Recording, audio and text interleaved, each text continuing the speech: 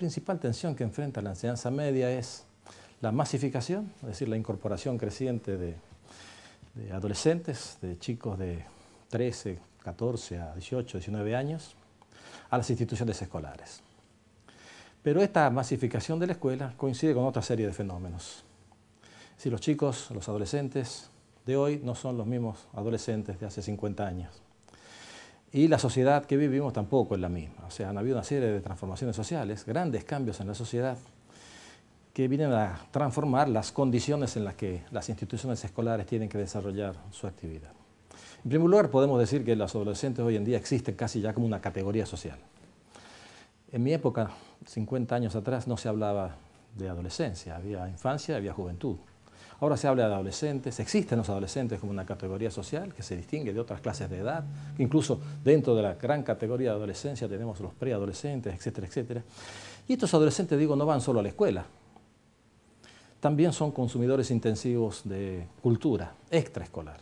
O sea, ha habido en todo el occidente una multiplicación de centros de producción y difusión de productos simbólicos, de cosas que tienen significado, no solamente los medios masivos de comunicación tradicionales, la radio, la televisión, sino también el Internet y toda una tupida red de producción de bienes de consumo cultural. Ellos son entonces consumidores intensivos de cultura, están incluidos en algún sistema cultural, por decirlo de alguna manera, y están incluidos también en ese viejo sistema cultural que es la escuela. Pero no solo eso. En América Latina, diríamos en casi toda América Latina, el proceso de inclusión escolar de los adolescentes ha ido acompañado de otro proceso antitético que es de exclusión social. Si la mayoría de los adolescentes, de los chicos y las chicas de América Latina, que están incluidos en la escuela, que se han incorporado a la enseñanza media, están excluidos de otros bienes y servicios muy estratégicos para la vida, como qué sé yo, la alimentación, la vivienda, la seguridad, un medio ambiente sano, la salud, etcétera, etcétera. O sea que esta mezcla de inclusión escolar con exclusión social está produciendo una serie de consecuencias muy importantes que le están haciendo, digamos, que han puesto en crisis el sentido tradicional que tenía la escuela secundaria en los países como la Argentina. Nos encontramos con varios problemas. Uno de ellos es que los intereses, las culturas, las pasiones, los proyectos, las fantasías, los lenguajes de los jóvenes no necesariamente coinciden con los lenguajes, los saberes, la cultura que el programa escolar de la escuela secundaria se propone desarrollar en los chicos. Hay como una especie de desencuentro entre estas necesidades culturales, las preferencias, los gustos de los adolescentes y el contenido del programa escolar. No se trata de discutir cuál es no se trata de poner en duda el valor del programa escolar. Yo soy de aquellos que están convencidos que hoy en día los conocimientos complejos que ofrece la escuela, tal en el campo de las distintas áreas del saber, la matemática, la lengua, la física, la economía, las ciencias sociales, estos conocimientos complejos son necesarios. Son necesarios para determinar, para favorecer el desarrollo de sujetos autónomos. Es importante para los chicos este conocimiento complejo, es importante para ser alguien en la vida, como se dice en el lenguaje popular, y son importantes también para el desarrollo de la sociedad. No estamos negando la pertinencia del programa escolar, estamos diciendo simplemente que existe una gran lejanía que los maestros, los profesores de América Latina viven y expresan diciendo con esta fórmula un poco dura, pero que expresa algo de verdad, que es que a los chicos de hoy no les interesa nada. Cuando un profesor nos dice que a los jóvenes de hoy no les interesa nada, o que a los adolescentes de hoy no les interesa nada, en realidad nos están diciendo que a los jóvenes de hoy no les interesa la matemática, no les interesa la física, no les interesa lo que los profesores tienen para contarle.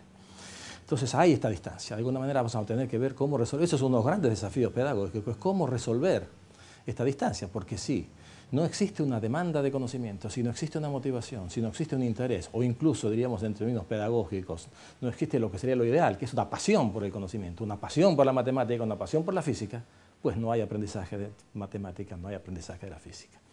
Entonces la pregunta, una de las grandes cuestiones que tenemos que plantearnos hoy en día, si somos efectivamente, si queremos una escuela democrática, es cómo hacer desde la escuela para desarrollar, antes que desarrollar los contenidos, cómo hacemos para desarrollar la demanda de estos contenidos, aunque sea un interés por estos contenidos, una motivación por estos contenidos. Para eso está la pedagogía. Con respecto a hay otras condiciones también, decíamos que hay exclusión social con inclusión escolar. En toda América Latina, casi desde la década de los 90, los sistemas educativos se han tenido que ocupar de satisfacer ciertas necesidades básicas que son prioritarias a las necesidades del conocimiento. Muchas escuelas y colegios secundarios de América Latina se constituyeron en lugares donde se distribuyen recursos para la vida, a través de becas, a través de comedores escolares, o sea, la escuela ha tenido que resolver el problema de las necesidades de alimentación, necesidades de contención, necesidades de salud, etcétera, etcétera, porque se supone que un chico que no está bien alimentado, un chico que no vive en condiciones de salud normales, no está en condiciones de aprender. A esto yo les llamo las condiciones sociales del aprendizaje. Por eso la tarea de la escuela se ha vuelto complicada. Como la escuela es un lugar donde va casi todos o la gran mayoría de los chicos y adolescentes, y los adolescentes se ha ido convirtiendo poco a poco en un lugar donde no solamente se ofrece conocimiento, sino un lugar donde también se ofrecen otros recursos necesarios para la vida que, repito, son condiciones necesarias del aprendizaje. Esto también son cuestiones que complican la vida de la escuela. Muchas escuelas han tenido que asumir estas nuevas funciones sociales, asistenciales, digamos, con los mismos recursos, en el mismo tiempo, en el mismo edificio, con el mismo espacio físico, etcétera, etcétera, lo cual ha limitado las posibilidades, las capacidades que tiene esta institución para cumplir con su tarea específica, que es facilitar el desarrollo de conocimientos poderosos en las personas. En estos últimos 10 años tuvimos que hacer frente a las consecuencias, diríamos, no sé, yo prefiero llamarle no intencionales, de las reformas de la década de los 90, porque nos complicamos la vida. ¿En qué sentido? Hicimos una reforma de la estructura, lo cual fue evidentemente un gran fracaso y ha dejado todavía un cuadro totalmente fragmentado a nivel nacional. Hicimos una descentralización en muchos casos irresponsable, hicimos una serie de reformas curriculares que también fueron un fracaso. O sea, también tuvimos que enfrentar durante los últimos años, y todavía hay secuelas en el país, de estos fracasos de las reformas que, más allá de sus intenciones, efectivamente tuvieron estas consecuencias perversas, consecuencias negativas que todavía arrastramos y tenemos que resolver. Yo creo que necesitamos encontrar las soluciones a este nuevo cuadro de situación, no en el pasado. La Argentina es un país que tuvo un pasado glorioso, o sea, por lo menos a nivel mítico. Todos tienen, a nivel de la conciencia colectiva, se cree que en algún tiempo tuvimos un colegio secundario de lujo, éramos hace 100 años, en el otro centenario éramos el quinto país de la Tierra, etcétera, etcétera. Da la impresión que este es un país que tuvo un pasado glorioso. Y entonces la tentación, cuando uno tiene que resolver el problema, es mirar hacia atrás. Es decir, volvamos al secundario de 1910, 1920 o 1930. Esto yo creo que es un camino totalmente equivocado. Los problemas que tenemos que enfrentar son problemas inéditos, son problemas originales, y las soluciones no las vamos a encontrar en el pasado, no las vamos a encontrar ya hechas. No se trata de restablecer. Entonces, hay que tener cuidado en no caer en políticas reaccionarias, en políticas de restauración de una serie de equilibrios perdidos. Vamos a tener que utilizar la imaginación para resolver los problemas. Estamos obligados a utilizar la imaginación y a diseñar una nueva escuela para los adolescentes. Una escuela que no va a ser obviamente un modelo único. Yo siempre digo que las soluciones en gran parte ya están en la propia realidad. Tenemos excelentes colegios secundarios en Argentina. El problema, el dilema que se nos presenta como sociedad es cómo hacer que esas pocas islas felices se conviertan no en una excepción, sino que se conviertan en la regla. No hay que inventar el hilo blanco, no hay que inventar las soluciones. El problema es un problema de política, es un problema de cómo hacer para transferir esos modelos, por ejemplo, de producción de orden democrático, de disciplina o de convivencia que funcionan en algunos establecimientos. Cómo hacer que eso que parece ser como la excepción se convierta en la regla en el conjunto del sistema. Para eso hay que mirar también entonces hacia adentro, hay que mirar las buenas prácticas y hay que preguntarse acerca de cuáles son las condiciones que permiten transferir esas prácticas, porque aquí no se trata simplemente de copiar y replicar, sino que esas buenas prácticas, esos buenos establecimientos existen porque existe una serie de condiciones que lo permiten, entre las cuales están las condiciones económicas y financieras, etcétera, etcétera. Necesitamos otra escuela, una escuela que sirva fundamentalmente a tres grandes, una nueva escuela secundaria que tenga que plantearse alguna serie de preguntas básicas. ¿Qué es una principal, me parece a mí, que hay que plantearse es ¿qué es lo que todos los chicos deben y pueden aprender? Yo creo que hay que tener en cuenta las dos condiciones, las dos dimensiones del problema. ¿Qué es lo que todo el mundo debe saber en una sociedad? Porque estamos hablando de una escuela secundaria que en estos momentos es obligatoria. Yo entiendo que obviamente una escuela secundaria obligatoria no quiere decir necesariamente una escuela única, pero es evidente que si es obligatoria tiene que tener una parte de común. Entonces la pregunta es, ¿qué es lo que todos los chicos y chicas argentinas al terminar la escuela secundaria deben saber? Pero para responder esta pregunta hay que acompañarla a la otra. ¿Qué es lo que todo el mundo puede aprender? ¿Qué es lo que nosotros podemos garantizar que todos los chicos pueden aprender? Bueno, y aquí yo creo que hay que pensar en tres grandes cosas, tres grandes funciones de la escuela, si se quiere. Una, en primer lugar, la escuela debe ser un lugar donde los chicos puedan encontrar soluciones, herramientas para su propia vida hoy, en el presente. Tiene que tener sentido para el presente, para los chicos de hoy. Tiene que servir para que los chicos encuentren su propia identidad. La etapa de la adolescencia es una etapa donde los chicos se preguntan acerca de sí mismos, quién soy, qué es lo que quiero, cuál es mi identidad, qué es lo que quiero ser. Se preguntan por el sentido de la vida, se preguntan por el sentido no solamente de su propio mundo interior, sino también por el sentido del mundo exterior. Es una etapa donde la curiosidad es una característica fundamental. Hay una demanda genérica de conocimiento, hay que orientar esta demanda general de conocimiento hacia estos conocimientos nobles, porque todo el mundo, es una característica antropológica de los hombres el tener una orientación hacia el conocimiento, pero muchas veces esta propensión al conocimiento se orienta hacia objetos, digamos, más o menos nobles. Se puede orientar hacia satisfacer esta necesidad de conocer orientándola hacia objetos tan, digamos, vulgares como, por ejemplo, la vida de la gente famosa. Hay gente que es una experta en todos los avatares que tienen que ver con los amores, los desamores, los encuentros y desencuentros de los ídolos televisivos, de la gente. Es un conocimiento que no tiene muchas consecuencias, creo, para formar personas autónomas, ni para desarrollar la sociedad, ni para ser alguien en la vida.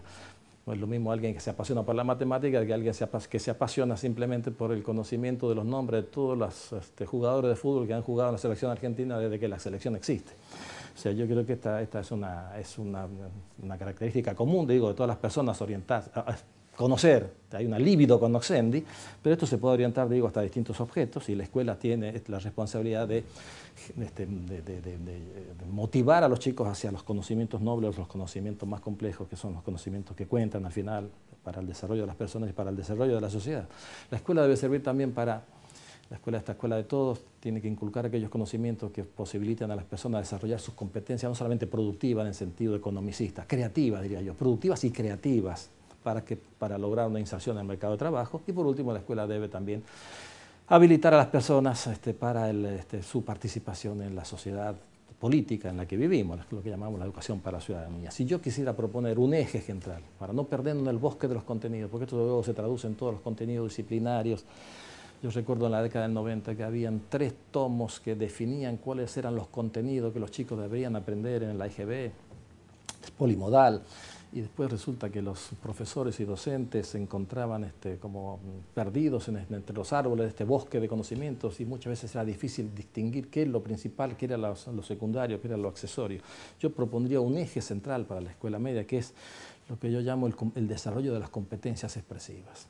Las competencias expresivas es algo mucho más que la gramática, que la ortografía, la caligrafía. Se trata de desarrollar en todas las personas la capacidad de expresarle a otro, de comunicarle a otro lo que uno siente, quiere, desea, etcétera, etcétera. Yo considero que esto que llamamos competencia expresiva en el sentido largo es fundamental. En el sentido amplio, digo, es muy fundamental porque diríamos que es la condición, el desarrollo de esta competencia, de esta capacidad, de la condición de acceso a los otros conocimientos, al de la matemática, al de la física, al de la historia, al de la química, etcétera, etcétera. No puede ser que nuestros chicos terminen la escuela secundaria o incluso que terminen la escuela primaria luego de 8 años de escolaridad, si consideramos que todos los chicos están comenzando a los 5 años ahora, que después de 8 años o de 12 años de escolaridad no hayan podido desarrollar las competencias expresivas básicas. Los chicos no pueden hacer una lectura comprensiva de un texto, que no puedan expresarse en forma escrita. Algo está pasando. Quiere decir que no hemos sido capaces de poner la prioridad en algún foco. Nos hemos perdido en el bosque de los contenidos. Entonces yo creo que hay que tener en cuenta que existen ciertos conocimientos que son fundamentales, que son primero, que incluso son la condición de posibilidad de acceso a otros conocimientos. Yo creo que la competencia expresiva, entendida en este sentido amplio como desarrollo de una capacidad de hacer, porque se hacen cosas con palabras, sirve tanto para la reflexividad, para constituir su propia identidad, para convertirse en un individuo autónomo capaz de elegir un proyecto, porque se piensa con palabras. Y es importante también la competencia expresiva, incluso para el mundo del trabajo, porque la mayoría de los trabajos que se generan en las sociedades contemporáneas, incluso la Argentina, son trabajos que tienen que ver con el área de servicios personales. Desde mozos de restaurante, empleados de hoteles, servicios de peluqueros, todos oficios que en gran parte suponen el dominio de una competencia, que es la competencia de interactuar con otros a través de palabras. Y por último, también digamos que la palabra, tomar la palabra, es una condición fundamental de la participación política. Porque nosotros sabemos que los sistemas políticos democráticos se basan en el principio de la representación y generalmente se elige de representantes a aquellas personas que tienen la capacidad de decir lo que otros solamente piensan y no pueden expresar en palabras. Si nosotros desarrolláramos entonces en forma más equitativa esta competencia en la educación secundaria y básica, estaríamos favoreciendo entonces el desarrollo de la autonomía, la inserción en el mercado de trabajo y la participación en la sociedad democrática en la que queremos vivir. Se suele decir, y con razón, que el docente es la variable estratégica del sistema educativo. Una buena escuela es una escuela donde hay buenos docentes y también una escuela donde hay buenos alumnos, porque no hay que olvidarse que el conocimiento no se distribuye. A veces se usa esta expresión, no es que el maestro tiene la tarea de distribuir el conocimiento. El conocimiento no es un bien material, uno puede distribuir dinero, puede distribuir zapatillas, puede distribuir viviendas, comida, pero no se distribuye el conocimiento. Pero el conocimiento se coproduce. En este proceso de coproducción, el alumno tiene que poner algo, pero el maestro es el especialista. El maestro es un mediador inevitable entre las nuevas generaciones y el conocimiento acumulado por la sociedad. Entonces, el papel del docente en la enseñanza media me parece que es fundamental. Aquí tenemos toda una serie de tareas pendientes. Yo creo que la mayoría de nuestros profesores no se encuentran quizás todavía equipados y los reconocen, que no están equipados y ni sus condiciones de trabajo lo le habilitan, ni ellos mismos están equipados para resolver los nuevos desafíos que tienen que enfrentar cotidianamente en las aulas. En primer lugar, yo creo que hay que reforzar la profesionalidad de los docentes y esto supone tomar en forma conjunta varios problemas. Atacar por el lado del reclutamiento de los docentes. No puede ser que la docencia de enseñanza media sea una especie de mal menor, una solución laboral por algunos profesionales que no han tenido posibilidad de insertarse en su campo profesional específico. No puede ser que los profesores de matemáticas sean ingenieros que no han encontrado una ubicación en el campo de la ingeniería, o que sean los profesores de historia sean sociólogos o antropólogos que no han podido realizarse en su campo disciplinario. Necesitamos buscar la forma de atraer hacia esta profesión compleja los mejores alumnos de la secundaria. Yo creo que entonces reclutamiento, buena formación inicial y oportunidad de formación permanente se constituyen un pilar fundamental de una política docente. En segundo lugar, yo creo que hay que modificar las condiciones de trabajo. En la escuela media tenemos que terminar con el profesor taxi, tenemos que favorecer en cada institución la constitución de una masa crítica, no digo de todos los docentes, pero de un porcentaje de docentes que tiene a esa institución como su lugar exclusivo y fundamental de trabajo. Hay que acabar con la figura del profesor por horas. El profesor tiene que ser profesor de una institución, no profesor solamente de una cátedra o de una materia, tiene que ser profesor de una institución. Y dentro de lo que es, obviamente, las condiciones de trabajo, hay que incluir lo que es la carrera. Hay que buscar un sistema de estímulos para que los profesionales de la educación, los docentes en enseñanza media, tengan posibilidad de ascender en función de méritos, en función de desempeños, en función de su formación, etcétera, etcétera. Ahora, los docentes deben estar en condiciones de resolver algunos problemas que son esto que yo comentaba antes, que tienen que ver con sus capacidades para motivar. No puede dar por descontado un profesor de geografía que el chico que llega a su clase tiene interés en la geografía, o que el chico que viene a la clase de matemática tiene interés en la matemática. Yo creo que hay que reforzar en los docentes esta capacidad. Casi yo diría que el maestro tiene que ser una especie de seductor, tiene que ser alguien capaz de persuadir de que el contenido que él tiene para transmitir es un contenido útil para este chico, útil para hoy, para su vida hoy y para su vida futura. Yo creo que todas estas técnicas de motivación resultan ser importantes y también son importantes porque el maestro también debe resolver, especialmente en la enseñanza media, otro problema, que es el problema de la autoridad pedagógica. Un maestro hoy en día tiene que hacer todo un esfuerzo él mismo para poder lograr ese reconocimiento del otro, de los otros que son sus alumnos, para que lo que él diga en el aula tenga algún sentido. La autoridad pedagógica en este sentido de reconocimiento, de crédito, si a mí no me dan un crédito, si mis alumnos que están ahí enfrente no me dan un crédito, este crédito ahora lo tengo que producir yo. Lo tengo que producir a través de mis competencias, de mis conocimientos, de mi cultura general. Ya no me basta el acto de nombramiento, no me basta sentarme en esa especie de trono, ver ante la cátedra para que la escucha y la creencia y el reconocimiento estén garantizados. El profesor de hoy tiene que ser también un seductor en este sentido, tiene que ser un seductor pedagógico porque tiene que crear y recrear permanentemente su autoridad. Sin autoridad no hay ninguna eficacia del acto pedagógico, de la práctica pedagógica. Esto me parece que son dos cuestiones fundamentales y obviamente que para lograr la autoridad hoy en día, la autoridad es fruto de un reconocimiento recíproco. A mí me van a querer y creer, me van a escuchar, me van a dar un crédito si Yo le doy crédito a aquel que me da crédito. O sea, los alumnos reconocen al maestro en la medida que el maestro los reconoce, en la medida que ellos se sienten reconocidos por sus docentes. O sea, que el respeto, como un sinónimo por ahí de autoridad, es recíproco. Es decir, no puede ser unilateral. Entonces, yo creo que en gran parte los profesores deben, este respeto que tienen que generar ante sus alumnos, también en gran parte es el resultado del respeto que ellos tienen por la cultura de los alumnos, por sus propias identidades, por sus intereses, por su lenguaje, por su manera de ser y de presentarse, de vestirse, etcétera, etcétera. Yo creo que estos son desafíos novedosos. No se trata de insistir con que hay que volver a la autoridad del maestro tradicional. Esa autoridad del maestro tradicional es imposible. El retorno al pasado es imposible. La autoridad sigue siendo un requisito necesario para la acción pedagógica, pero las estrategias de producción de la autoridad evidentemente son distintas. Yo creo que es uno de los problemas que los profesores secundarios sienten, porque nos cuesta, por esta distancia que hay entre las culturas, la cultura escolar y la cultura de los adolescentes. Esto quizás me lleva a una conclusión. El maestro, el profesor de secundaria, el profesor en general, pero el profesor de secundaria en especial, no solamente debe ser un especialista en ese contenido que va a transmitir, que quiere desarrollar en sus alumnos. No solamente debe ser un experto en las metodologías y técnicas de transmisión de ese contenido, también tiene que ser un experto en los chicos. Y no solamente desde el punto de vista psicológico, desde el punto de vista de la psicología del aprendizaje, que eso sí está bastante más desarrollado y está incorporado ya en los programas de formación docente, sino que yo creo que hay que reforzar lo que es el conocimiento de los adolescentes como categoría social. El profesor hoy en día tiene que ser un experto en chicos y creo que esto ya es posible porque incluso en Argentina tenemos ya una gran producción, una producción consistente, digamos así, acerca de las denominadas culturas adolescentes. Esto tendría que formar parte del conocimiento, tendría que estar incluido en la mochila de herramientas que el profesor lleva al aula para resolver los problemas cotidianos.